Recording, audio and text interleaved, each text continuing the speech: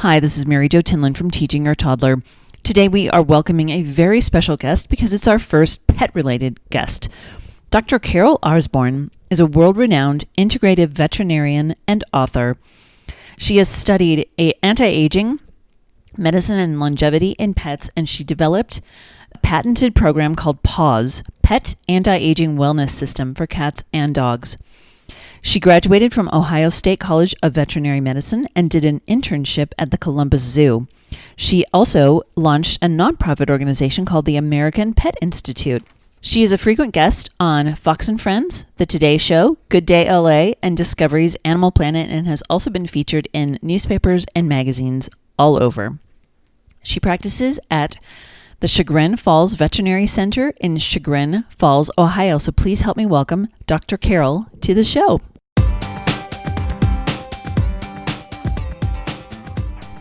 Hi, this is Mary Jo Tinlin from Teaching Your Toddler, and today we are welcoming Dr. Carol Osborne to the show.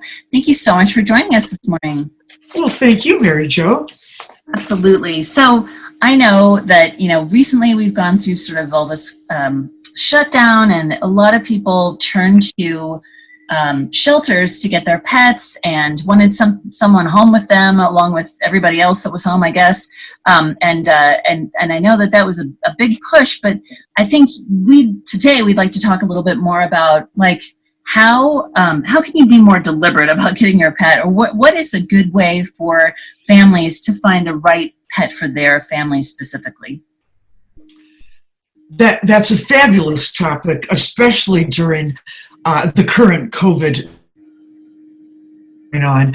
And when it comes to picking a pet for a toddler, what we have to remember out there is that first and foremost, you need to be honest with yourself about the amount of time and work that you're willing to put into a pet. Now, what we're really talking about here is moms with toddlers. So for all of you moms out there, you are essentially adding another child to your family that you will be responsible to take care of for the next 10 or 15 plus years. Yes. You cannot expect your children or your child to take care of that pet. So that's a very big deal. Mm-hmm. What are the three most important things to consider? Mary Jo, personality, lifestyle, as well as your home and environment. Now, when it comes to personality, you want to try to match the personality of the pet to the personality of the toddler, in this case, receiving the pet. So as a veterinarian, what I see is mom and dad go out there and they find a dog that they just think is terrific. But what mom and or dad thinks is terrific, chances are, has nothing to do with what might be a terrific pet for the toddler in question. So that's a very tricky situation. Now, depending on the age of your child, maybe what you want to do instead of rushing out and getting a pet, get books about pets. If your child is old enough, perhaps he or she could volunteer at a shelter.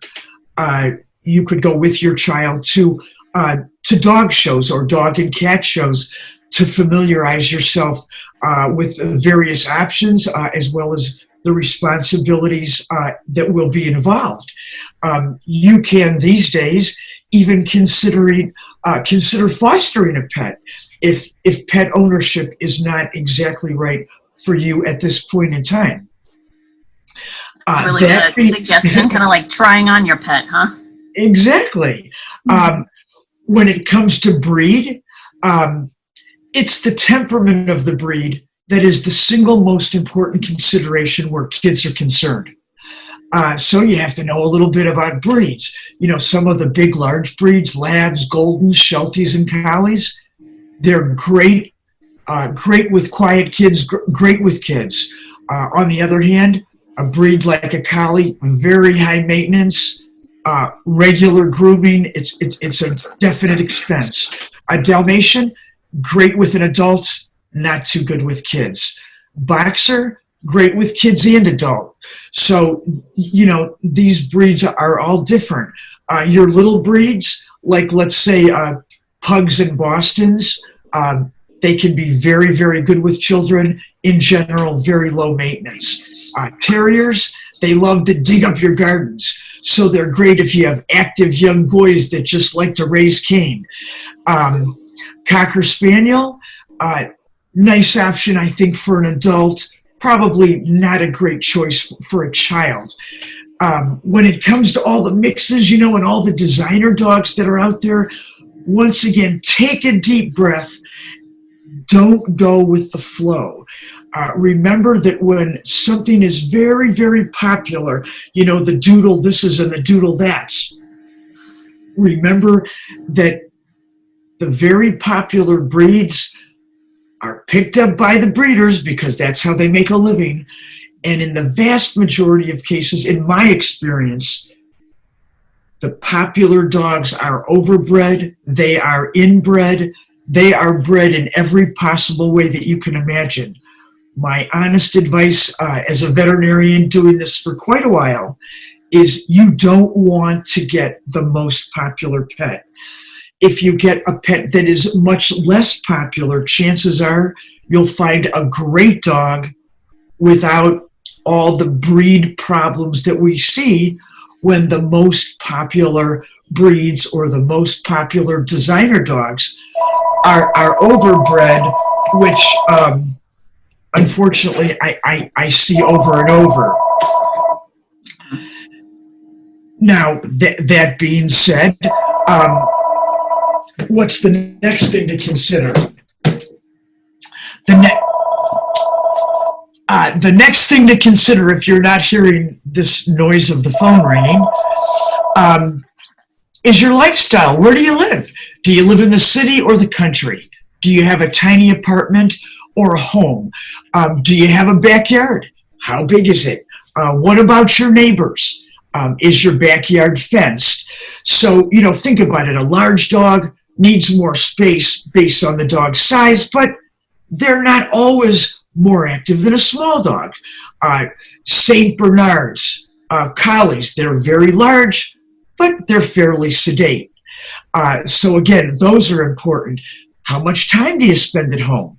Are you on the road traveling, or are you, really spending a lot of time at home, as many people are at this point in time? Remember, cats require a lot less time than dogs. For people always on the go, regardless of anything, hey, fish are great. They need love, but they take a lot less time. When it comes to neighbors, barking dogs are very annoying. Then you have to consider your climate. And you have to think about the choice of breed as well as the breed's suitability to the climate. So if you're going to get a Mexican hairless, chances are you don't want to live in Alaska. On the other hand, if you're going to get a Siberian Husky or a Malamute, those dogs that have tons and tons of hair, living in Florida, probably not your number one choice. Pugs, Bostons, and Frenchies, which are wonderful dogs, and they are popular, but because of the price, they do not seem to be being overbred excessively. Remember that all of these dogs with the sort of the pushed-in faces, they have breathing problems based on their breed. So areas with high heat and humidity, again, like Florida, can be very tough for these dogs to live year-round, and the conditions of the environment, will exacerbate the problems with the breeding that they have, just because of the way they're bred. Do you live near the water? Do you like to boat? Labs love to swim, but there are certain breeds that don't swim at all and certainly don't want to get near the water. And then with the members of your home, is anybody allergic to pets? That can be an issue, a major issue for people these days. Bichons and certain poodles are hypoallergenic, and or the shedding is very minimal. And of course, we have products for everything these days, including people allergic to their pets, like Allerpet D. So we talked a little bit about grooming, the breeds with lots of hair and fancy haircuts, cockers, poodles, etc. They need regular grooming at every 6, often to a maximum of every 8 weeks. You have to think about that as well as the cost that goes with that. Short-haired breeds, pugs, Bostons, Labs, you can bathe yourself, and they don't require lots of fancy haircuts. As far as the age of your children, kids age 5 and younger, that is 100% supervision with pets. Kids that are age 8 and above, you just need to keep a pretty good eye on them, especially if they're mischievous. And then, are there any other pets in your home? Are there dogs, cats? Maybe you have rabbits and hamsters, but you have to think about introductions and whether or not they will in fact get along. And then there's the chores and responsibility sector, deciding who's going to be responsible for what. Feeding, walking, games, going to the vet, and where do you live versus is there a veterinarian and a pet emergency facility nearby? So there's just so many things to think about. I think take a deep breath, sit down, have a family meeting with the little ones involved, and try to discuss these things and figure out what makes the most sense for your family before you just jump in and get that cutest little puppy that goes right to your heart. You also have to think about cost, Mary Jo. Small, medium, large dogs. What I tell my clients is the bigger the pet and the more hair they have, the more they're going to cost you. So little dogs could cost you, let's say, $300+ a year. Medium, $400 to $500. Large dogs, $500+.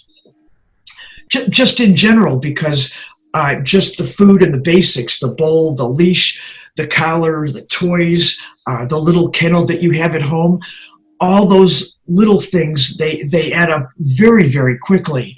And then there are shots to consider, as well as annual checkups and things like that.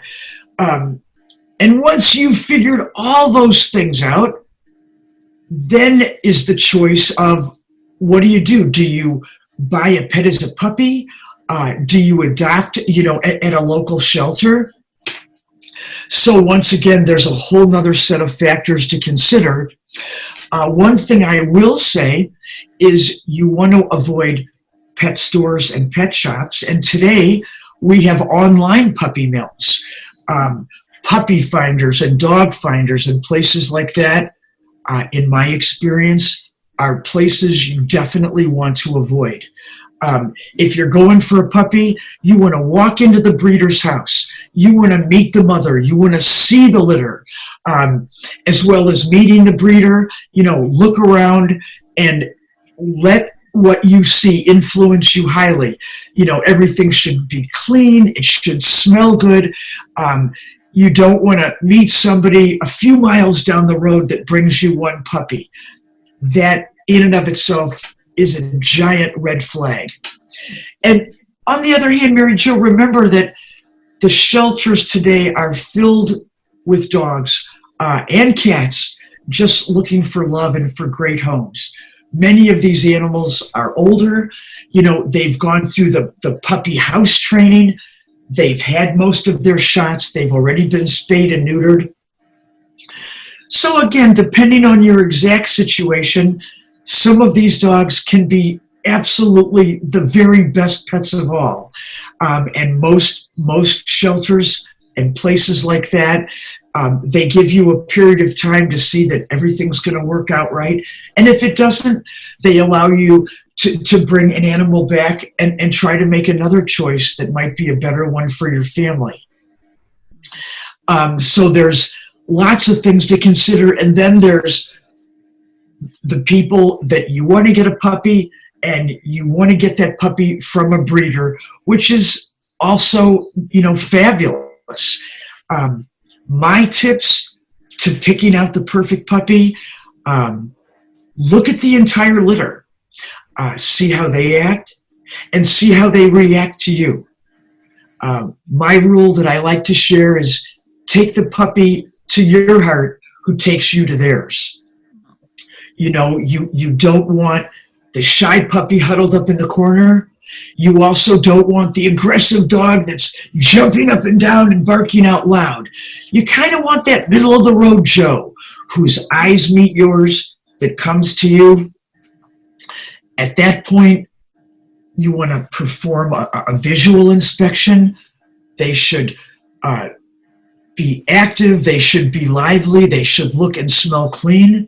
They shouldn't have any lumps or bumps. Their teeth should be white and shiny. They shouldn't have bad breath or smelly ears. The fur should shine. Watch them walk. They should move freely. They shouldn't limp or have any troubles getting up and down. And again, I think it's a great idea to take your new puppy to the veterinarian that you have chosen. Within the first 2 weeks is good, but depending on cost and other factors like that, within the first 72 hours is often a clause in your written agreement with the breeder so that you can make sure that this puppy is everything that you think he or she is, and you can try to think a little bit more with your head rather than your heart. Believe me, breeders know that you fall in love almost instantly.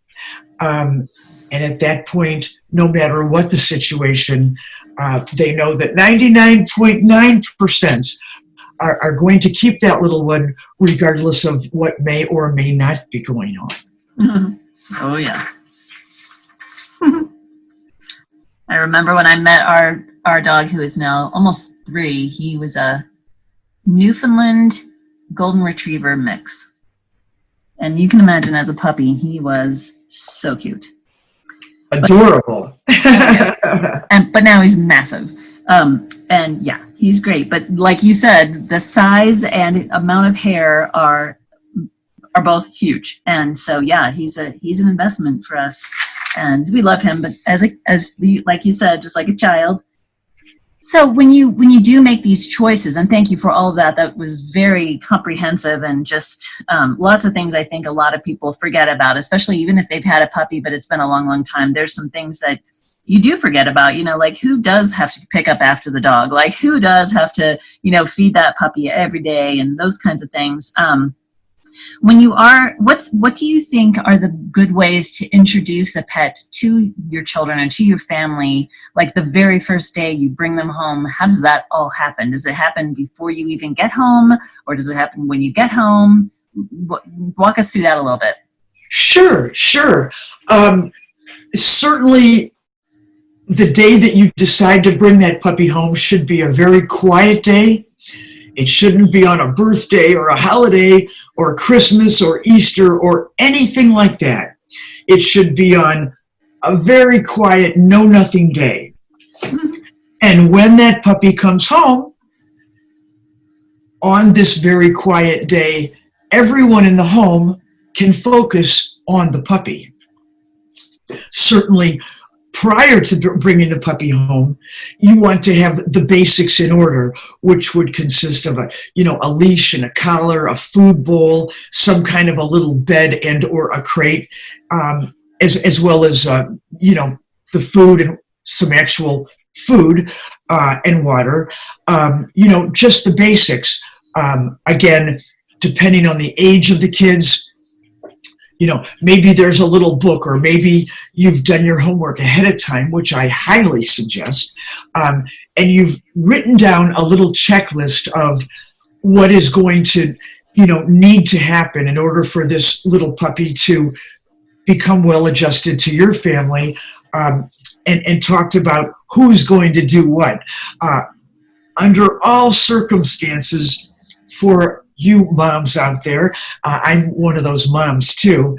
Just remember that if you have young kids, you simply cannot expect those kids to take care of the dog. They can help you to take care of the dog, but kids are still learning how to take care of themselves, and thinking that a child can do that as well as take care of a puppy, in my experience, does not work.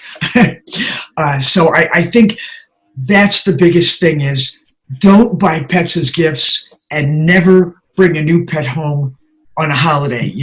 Christmas is a big one. Certainly, you don't want to put the puppy in a box with a bow and stick him or her under the Christmas tree. It's a cute picture, but it doesn't work logistically, right? Logistically, it absolutely does not work.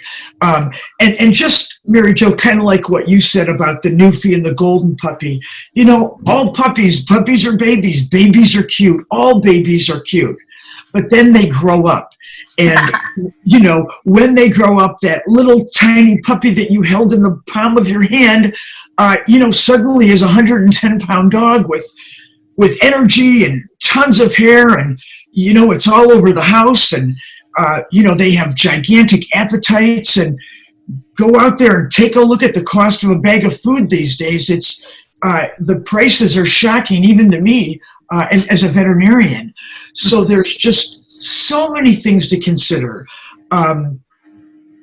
Make sure that your choice is a choice that fits your family economically, socially, and otherwise, so that it does turn out to be a terrific experience.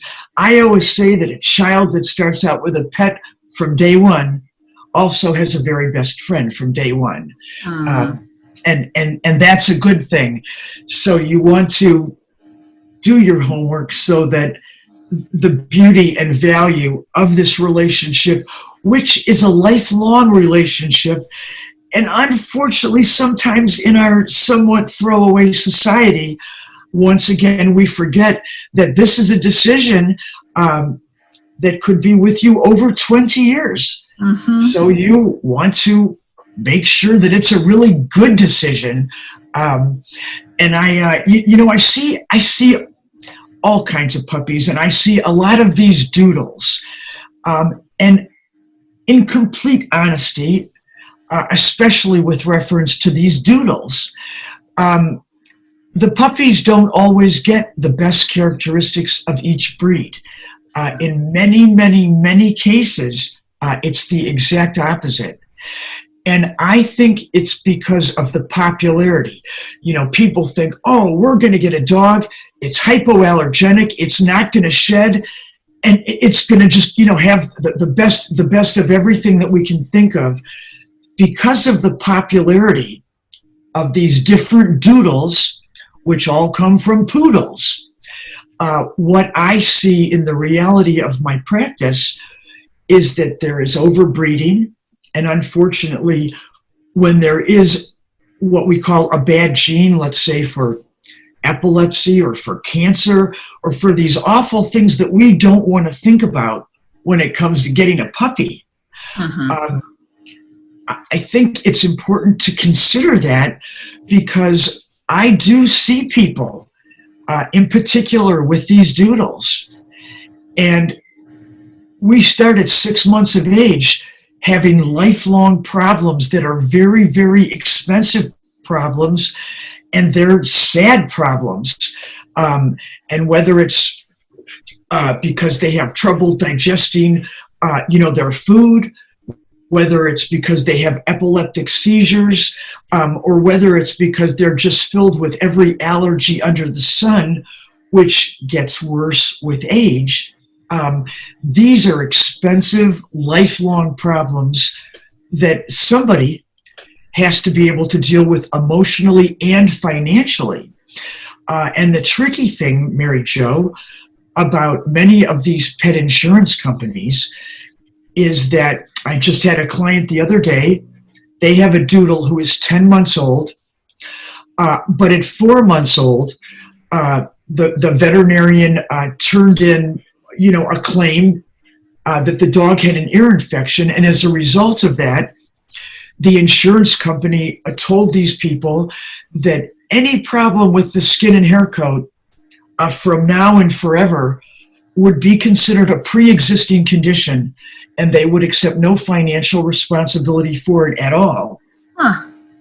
And I was personally mortified when I heard that, but here, these very nice people have a very young dog, and they don't have the financial wherewithal to afford, going through these skin and hair coat issues every day. And their insurance company has already dropped them. So pet insurance, the good, the bad, the ups and the downs, is probably another great topic to consider at some point in time, maybe before people get a pet. But these are real issues, and not to spoil the goodness and excitement of a new puppy, but to make it a bit more realistic for mom and dad, because it's got to work, or it won't be that long-term happy situation that it's supposed to be, when you go out there and try to get a family pet or a pet for your little one. Right. It is like adding another person to the family, honestly, because they do have their own personalities, and it changes the dynamic of things. It is like having another person, honestly, even though, I know they're pets. I live in Boulder County. It seems like they think that there are people here, but it is like... It is indeed, Mary Jo. Today, over 70% of pet owners consider their pets to be actual family members. Mm-hmm. Yeah. And they treat them as family members. And the amounts of money that they spend on pets today are mind-boggling in many cases. So it doesn't mean you have to be, in the upper echelons of income to have a puppy. But what I am trying to say is, when you get a dog, no matter where you get the dog from, that dog has medical needs, dietary needs, etc., that you have to be prepared, to live with and afford comfortably, so that it doesn't infringe upon your lifestyle. Exactly. Yeah, that's great. I have 2 more questions for you. So tell us a little bit. So I know a lot of listeners have little people, and they probably have kid-proof house, but tell us a little bit about how to puppy-proof your house. Puppy-proofing, I think, is a lot like child-proofing. You have to look at your house from your puppy's point of view, crawl around on your hands and knees if you need to, and remove anything that might be a potential hazard. Dangling wires, tiny toys, rubber bands, string, all kinds of chemicals that might be out in the home or the garage, including things like antifreeze, your various cleaning agents, etc. Electric sockets are a great one. So it's pretty similar to child-proofing, because puppies, like children, like to put everything in their mouth. Yeah. So take the time to make your choice, because pets truly are a lifelong companions, and you will end up with a best friend forever. No.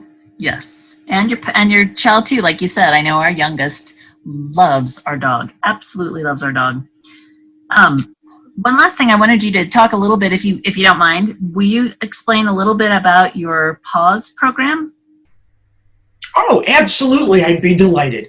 PAAWS is an acronym. It stands for Pet Anti-Aging Wellness System, which is something I developed and patented. And basically, PAAWS is a vitamin system that extends the healthy lifespan of dogs by up to 30%, which translates into 3 or 4 plus years of health and wellness that you can enjoy your pet for. In older pets and senior animals that are experiencing all the aches and pains that seniors do, in many cases it can help to reverse those aging changes and help your pet to enjoy longer, happier, healthier years. In a nutshell, it's a variety of vitamins, minerals, herbs, antioxidants that are all rolled up into a tasty vitamin, if you will, given to pets based on age and body weight. We have an AM for morning and a PM for evening. We divide the ages up 1 through 6 for adults, 7 and up for seniors. And there's one formula that's an AM PM. In other words, it's given in the morning and evening. And we just came out with a new extended release once a day vitamin. We call it PAAWS Plus. And that's a supplement that you just give once a day in the morning, but it lasts all day. Wow, that's exciting. That sounds amazing. Well, it's easy and it's wonderful. And we have small breed dogs under 30 pounds going strong at age 24.